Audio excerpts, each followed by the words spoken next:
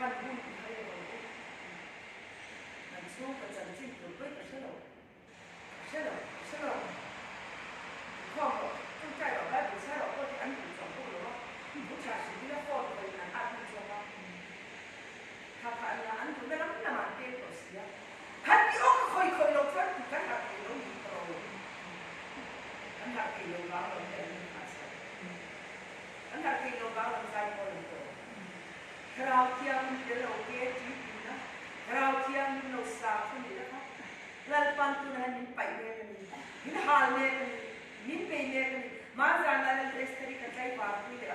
nang pola ni na hindi ka isi puite kan thi chora ti mor te kan lang pa ilan turin na ti a isi puite kan boral do sia lal ma ne lal ba te ti ilan mun mal lal dia ka thi lang sia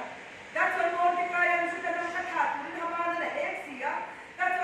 why mor te kan lal ni le ka turin na do lo ni ti a ekrin kaman lo ti e ka lo ka lu ma ka lu cha ka thi lo sia ti a ma se mor te kan lần chung ngao là nằm của hít đi chua và các hít đi chú chuột thui là các cô cái này với là con trong trai là chuột với là trong trai là chuột ăn hít đi đó chua và đi chung lần qua ba lần đi là lại ra anh đi lo con hít đi chua là chuột kia trong ngày anh chàng kia số mà lần qua mà trong ngày trong trai này cả dù đã chỉ thả cái tu ra khăn cái chỉ kia vào khăn dù đã không tâm sáng sớm là đâu mà đi lần qua trong cái đó rồi isa ay trong trai đi cần phải bắt đầu đón đi chụp qua đón đón mấy đón đón apan poi mo thu này là cái sự cố cái bộ apoi tất cả những